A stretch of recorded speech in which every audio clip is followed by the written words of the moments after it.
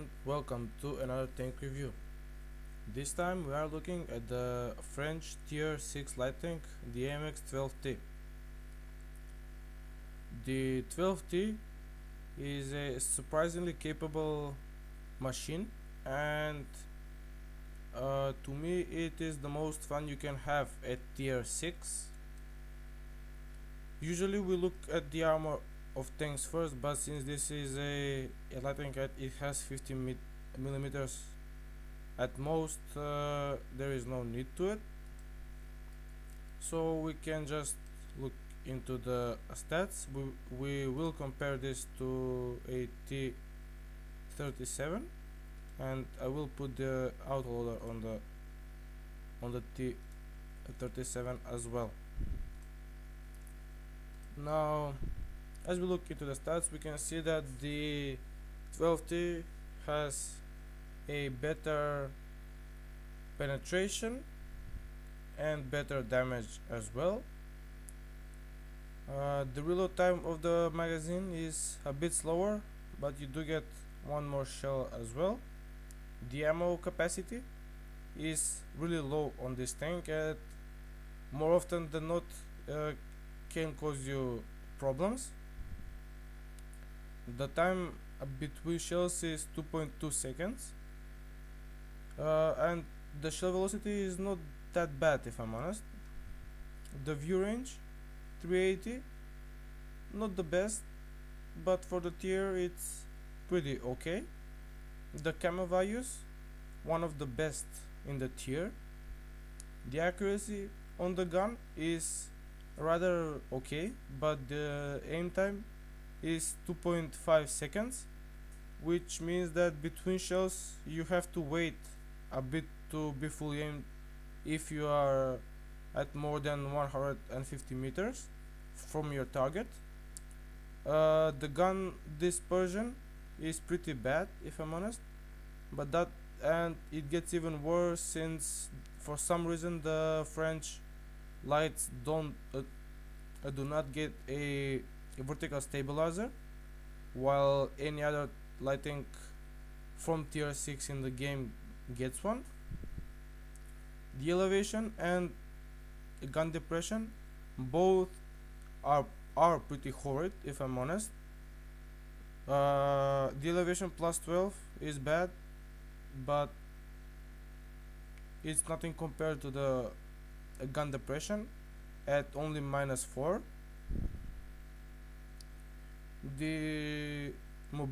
When we look into the mobility, we can see that the AMX 12T is not the fastest of light tanks. I mean, 20.54 horsepower per ton is not the best, and the soft stats as well are pretty bad. I mean, as you can see, the T37 gets not only a higher horsepower per ton, but also a better soft stats. The forward speed at 60 is a pretty okay, if I'm honest.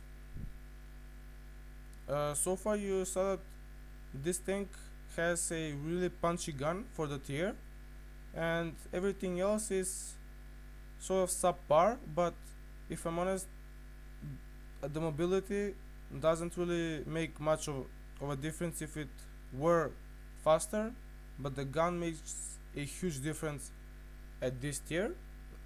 The hit points at only 600, you have to be very careful, because at tier 8 and 9, which this tank meets, tanks have guns that can even one-shot you, so you have to be wary of that. For equipment on this tank, I would put a gun laying drive. That is a must, because this tank, as I said, does not have a vert step, and it needs that for the time between its shells. Coated optics for any light tank really, and combined with the camo, this tank has it really works. And for the third slot, for the most effective use, I will put improved ventilation, since this is an outdoor and you cannot mount a rammer. You might put a camonet or binos, but that is up to you, if I'm honest. For consumables, you can use a premium consumable, since this thing doesn't get that is not often that you get set on fire, but it can be risky. So I will so if you are not using this, you should get a fire extinguisher, a small repair kit, and a small med kit. The crew, for the first kill, you train all camo, and when you reach 100%, drop it for 6 cents. Now, when I was playing this 12T, I did have a all girl crew in it, which meant that I had brothers in arms for free and one more skill.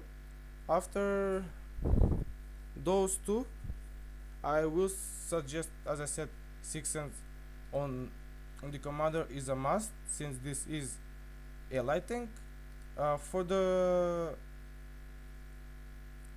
a gunner and the driver, you have to prioritize the accuracy improving ones, so snapshot and smooth ride. And after that, for the driver, clutch braking is okay, since all of the tanks in the line have pretty bad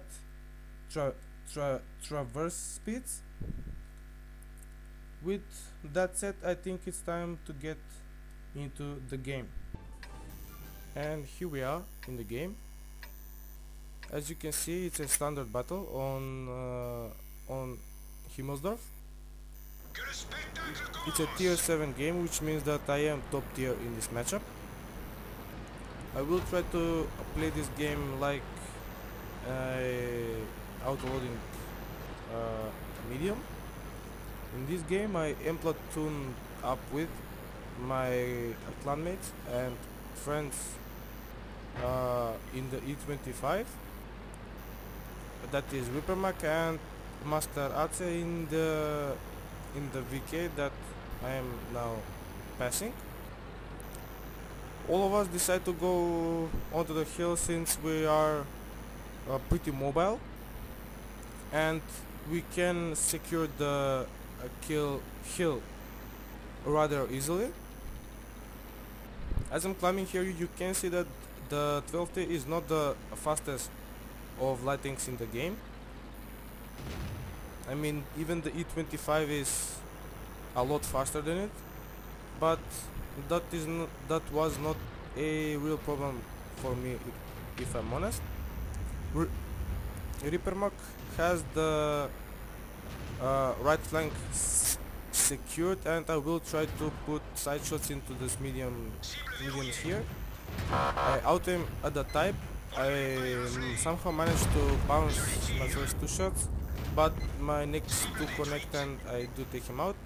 I tunneled vision a bit there with the Cromwell, and he takes 40% out of my health pool, which is rather unfortunate.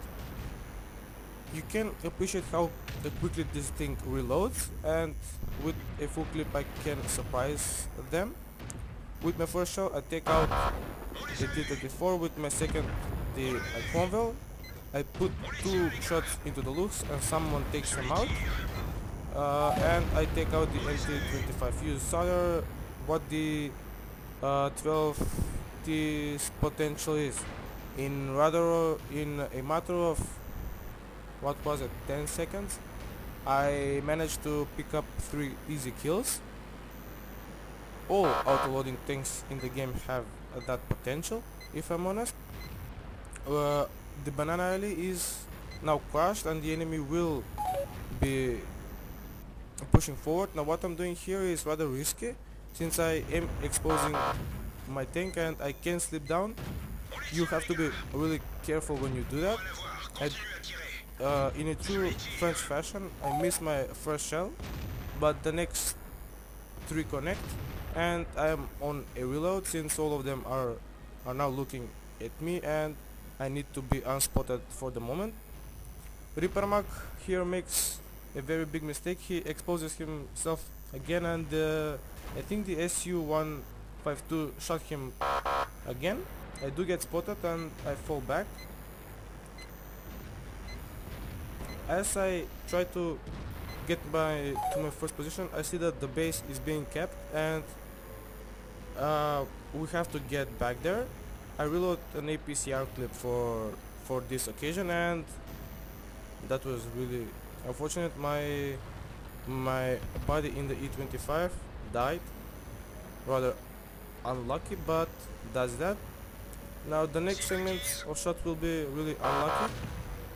I will shoot on the move on the Leopard. I do waste 2 shots. I do have side shots on the Black Prince, shoot him once in the side, and since he is in cover, I will try to finish off the Leopard. And as I make myself around the corner, I still miss 1 shot, but I have enough in my clip to finish him off. That was rather poor play by me. I mean, I wasted 3 shots, which will come in handy in the end, as you will see. I do have 1 more APCR clip left. I see that the Black Prince is harassing my VK, and I will put side shots in. Luckily, I do set him on fire, put 2 shots in. I am worried that he will try to shoot me, and I am falling back at this moment, and I take him out. The SU just fired and the ELC will pick him up. Yep, and now I will reload an AP clip since I do have more AP shells. And in World of Tanks you can't mix your ammo types, which is rather unfortunate, but that is that. So you have to reload a full clip even for 1 shell. Now I am climbing this hill since I do not want to face the KV-3 frontally, and the KV-3 is on full HP, which is rather unfortunate because with all of my shells I still cannot take him out because all of the damage combined on my shells can't kill him for 1300 HP unless I set him on fire or armor him. He is starting to keep the base. He knows what he has to do. I do manage to spot him here, but I do not have shots in, and I will try to rush back down since now I see that 2 of them are capping. I tell my ELC to wait because we do have some time left. I mean, there is no need for him to rush. Luckily he is listening to me. I do see the Firefly, and I do manage to put 1 shot into him. I fall back, my next just strikes him, and I do shot him 1 more time, and somehow I bounce. I do connect my last, and the ELC will take him out there, and the KV-3 is still on full HP, which is really annoying. Now I will try to shoot him with my ass out because that way I am exposing myself even less. I spot the KV-3. I do manage to put 1 shot in, and I don't want to take a shot. The ELC, there is no other way. I mean, he has to face him, and the KV-3 takes him out, and I will try to put my last shot in, and it bounces, unfortunately. Now I am out of ammo. with two enemy tanks that I think are both on rather high HP, which is really unfortunate, and there is no way I can win this, if I'm honest. I was really frustrated at this point because the ammunition isn't enough in the 12T, if I'm honest. I mean, I did have other games that I was in the same situation with zero shells and nothing I can do, so I just drive around at this point, and I will try to ram the KV3 for more damage, but he takes me out, unfortunately, and that was the end of that. Let's look into the post-game results. And these are the post-game results of that battle. As you can see, I got an ace tanker, which is rather hard to get on a defeat. I got also some tokens. I got from the battle hero medals, I've got the defender medal, a high caliber, and a top gun. When we look into the team score, we can see that we did finish top on XP with a huge margin by 1450 base experience, with almost 3k damage with 6 kills. In that game we fired 30 shots, only 21 penetrated. As I said, I made a mistake with the leopard for shooting him on the move, but even if those penetrated and I did have 3 extra shells, I highly doubt that that would have been a difference for my win. In that game I did receive 15 hits, 11 penetrated, and 4 bounce. Mostly these numbers are high because the leopard with the autocannon was shooting me. I damaged 10 vehicles and destroyed 6 of them. I did 216 damage by spotting. This is pretty low because it's a city map and I had to support and not spot for my team. I did got 100 base defense points and I drove quite a bit with 3.7 kilometers. Anyway guys, that was that for this video. Hope you enjoyed it, and bye for now.